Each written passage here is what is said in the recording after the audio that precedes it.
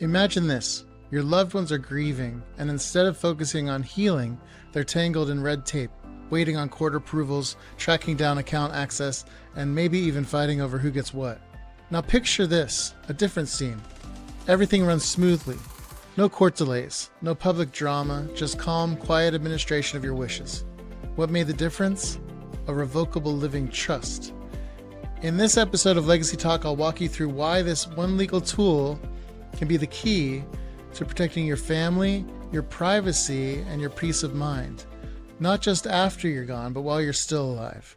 You are listening to the Legacy Talk podcast hosted by James A. Jones, attorney at law and founder of Sound Legacy Law, PLLC in Tacoma.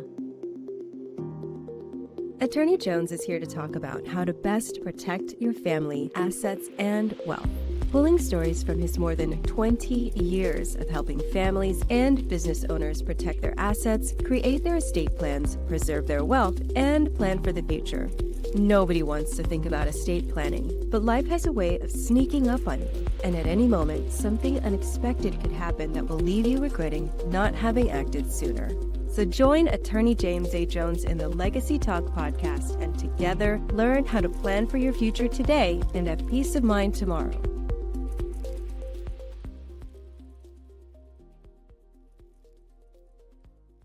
Welcome to Legacy Talk. I am your host, James Jones. On today's show, again, we're talking about why a revocable living trust might be the smartest estate move you make. And if you've listened to this podcast at all over the years, you'll know that I am a revocable trust guy. I'm a fan of the revocable living trust. I find that it's the most versatile estate planning tool in my toolbox. It fits people of all ages. It fits young people. It fits middle-aged people. It fits seniors. Young people can have it to manage their assets and have it deal with their assets when their kids are young. Middle-aged people can use it for estate tax planning. Seniors can use it for estate management if they're not able to. A lot of different things that it can be done with this trust. And so today I thought we would talk about some of the main points of a revocable living trust, why it is the best tool that you can use for your estate plan, or could be, and go through several points in that regard. So the first thing I want to talk about is the number one thing that people worry about with their estate plan after what, goes to the kids and who's in charge and stuff like that. It's how is it administered? In Washington State, probate is a relatively streamlined process, unlike other states like California or New York, but it's still a public court process. It takes 6 to 12 months or longer, and it requires formal notices, dealing with the court, dealing with creditors, sometimes dealing with creditors' claims. A revocable trust, when properly funded, can avoid probate entirely. Assets transfer to your beneficiaries quickly and privately without any court involvement. For example, I have clients all the time that pass away. That's just the business I'm in. But if I have a client passing away with a home in their trust and bank accounts in their trust, the successor trustee who is named to administer the trust, who's in charge when they're gone, can take over the next day after they pass away, and within weeks have distributed everything without any delays, without any probate, without any court fees, without it being public knowledge to their nosy neighbors. So the number one reason to avoid probate, or to use a trust to avoid probate, is you don't have to go through that public process. Okay. Another benefit of using a revocable trust is privacy, like I just mentioned. When a will is probated in Washington, it becomes part of the public record. Anyone can access it, anybody. That includes a full list of the beneficiaries and potentially asset values, including like phone numbers and addresses and stuff like that. With a revocable trust, those details are private. Administration happens outside of the court system, shielding your personal and financial details from public view. I've had clients with the nosy neighbor going into the court case and trying to see what's going on, right? Or a nosy family member. I had a client who's a business owner who didn't want to have competitors see what was going on. He didn't want to have creditors know what his estate was worth or who got the company when he was gone. So he used a trust to help transition that without having to make it public. Okay. Another benefit of a revocable living trust is that it helps plan for incapacity. When you do a will, the will only takes effect when you're gone. Okay. It has no impact when you're alive. But what happens if you become incapacitated due to a stroke or dementia or something like that? A revocable living trust allows your successor trustee to step in and manage your assets without any court intervention. So no guardianship required. In Washington, if you don't have a revocable trust and you don't have a durable power of attorney, a guardianship would be required.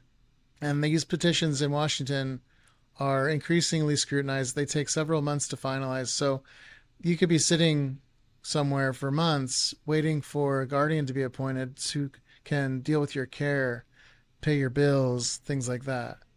With a trust, there's no court hearing, no judge, no delay, just continuity, right? You name a friend or a family member to manage your estate, and that friend or family member starts as soon as you're not able to do it, okay? I have multiple clients who name their children as a successor trustee who help their parent when they're unable to pay their bills, manage their assets, and they use the trust to do so. They didn't have to go to court. They didn't have to do a durable power of attorney to have that done. They have the authority to manage the trust according to the terms of the trust. So it's much easier dealing with banks and all those things. With a trust, you have greater control of asset distribution as well. Wills generally distribute assets in a lump sum. Trusts often allow for more sophisticated planning, like staggered distributions, protection from creditors, and long-term oversight by trustees. Washington is one of the states where it has strong protections for surviving spouses and community property. But having a trust detail what goes on, and this is particularly important in blended families, having a trust detail what goes on makes things a lot smoother. Okay. Trust can, in many cases, ensure that a surviving spouse has lifetime access to assets and income or residence while preserving principal for children from a previous marriage, for example.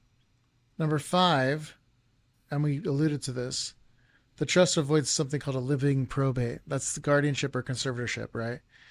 Even with the durable power of attorney, financial institutions are sometimes reluctant to accept older powers of attorney and require additional legal steps. So that's another thing. This is not about that in this episode, but an old power of attorney is unlikely to be usable at a bank. They're very finicky. A trust gives your successor trustee, though, so if you have a revocable trust and you have a successor trustee and these accounts that you have are in the trust, they give that successor trustee authority to act on the trust behalf without having to prove incapacity or anything like that. I've had multiple times where a power of attorney was rejected by a bank or put under significant scrutiny, but because assets were titled into the trust, they could immediately access those assets and manage accounts. Okay. 6th benefit of a trust, revocable trust, is the streamlined administration of your assets at death. So we talked about how it can avoid probate. By avoiding probate, you're making the administration process much easier. Probate can freeze accounts and delay transfers. Trusts allow for faster, more flexible management of assets upon death. Your successor trustee, we've talked about this, doesn't have to wait for court approval to sell property or access bank accounts or pay bills. I've got a client who recently died with rental property and utility bills due, and because these properties were in trust, the trustee was able to pay those expenses with the trust accounts and continue to collect rent, maintain the properties. Oftentimes, if there's a house that's in someone's name, a utility company is reluctant to change that name without a court order. And so the trust made it much easier in that situation. Another thing to consider, and another thing that a revocable living trust does well, is managing out-of-state property. If you own real estate outside of Washington and only have your will, your family's going to have to do something called an ancillary probate if you own property in another state.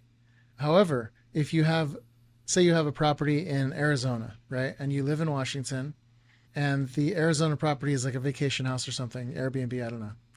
If you died with a will, you're going to have a probate in Washington and you're going to have a probate in Arizona in order to deal with those two properties and clear title. If you have those properties in trust, the trust has the authority granting provisions to allow the successor trustee to deal with those out-of-state assets and in-state.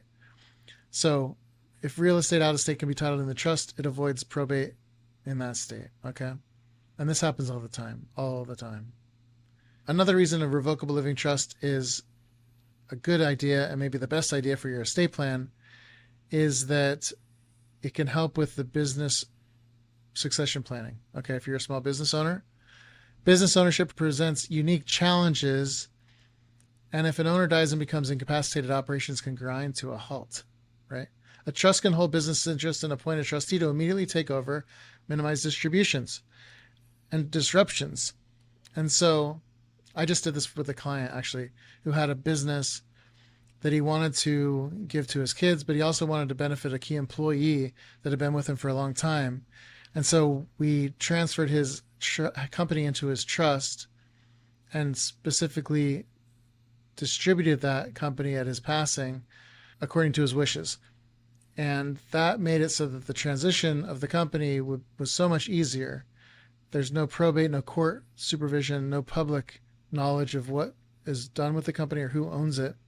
The customers just go on like nothing happened necessarily, right?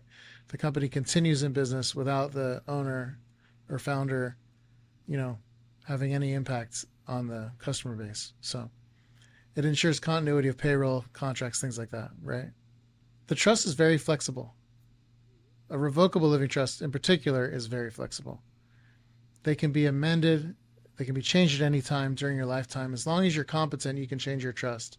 You're not locking yourself into a rigid plan with a revocable trust. You can amend it as your relationships or assets or even, goals, family goals, estate goals change. I've had clients over the years make many updates to their trust, regularly updating their trust. It's very simple to do, and it's a no-brainer basically, right? That you can manage that through your lifetime and it can become what you want it to do, want it to be at the time that you need it, right? So if you have a new grandkid or something that's born, you can create a grandchildren's trust or something. You don't have to start from scratch and create something out of whole cloth. You just amend what you've got. Finally, with a revocable trust, you can have potentially better family harmony. A well-drafted trust can reduce ambiguity and conflict among family members. It clearly states your wishes, names people who are in charge, and ideally avoids gray areas that can lead to litigation. The other benefit, too, of avoiding probate is that there's no lawsuit for a family to stick their nose in. There's no judge that's going to get involved. And the trust allows your family to spend more time thinking and honoring your legacy rather than arguing about minutia, right? It's just much better, right? It's much better. And so the revocable trust, I think, is the most versatile tool in an estate plan. It distributes your assets. It avoids probate. It avoids guardianships and conservatorships. It's easy to amend during your lifetime. It's easy to manage during your lifetime. It doesn't change your income taxes or anything like that. It's just so much easier to deal with. And so if you're looking to do your estate plan and wondering if a revocable trust is right for you, I would strongly consider it and call me with questions. I'd be glad to help. Next time, we will be talking about something just as important as this revocable trust. We're going to be diving deeper into what most people miss after they create a revocable living trust, which is funding it. Creating the trust is just the beginning. But if your assets are not properly titled or aligned with the trust, you could still end up in probate. And so next time, I'll walk you through what funding really means, which assets to pay attention to, how to avoid what I see as the number one mistake with trusts in Washington. Trust me, you will not want to miss next week's episode. And that's it for today. I'd like to thank you for listening to today's episode of Legacy Talk. If you liked today's episode and would like to learn more, please like and subscribe for more great content. I've been your host, James Jones. To your legacy. Thank you for listening to the Legacy Talk podcast by attorney James A. Jones.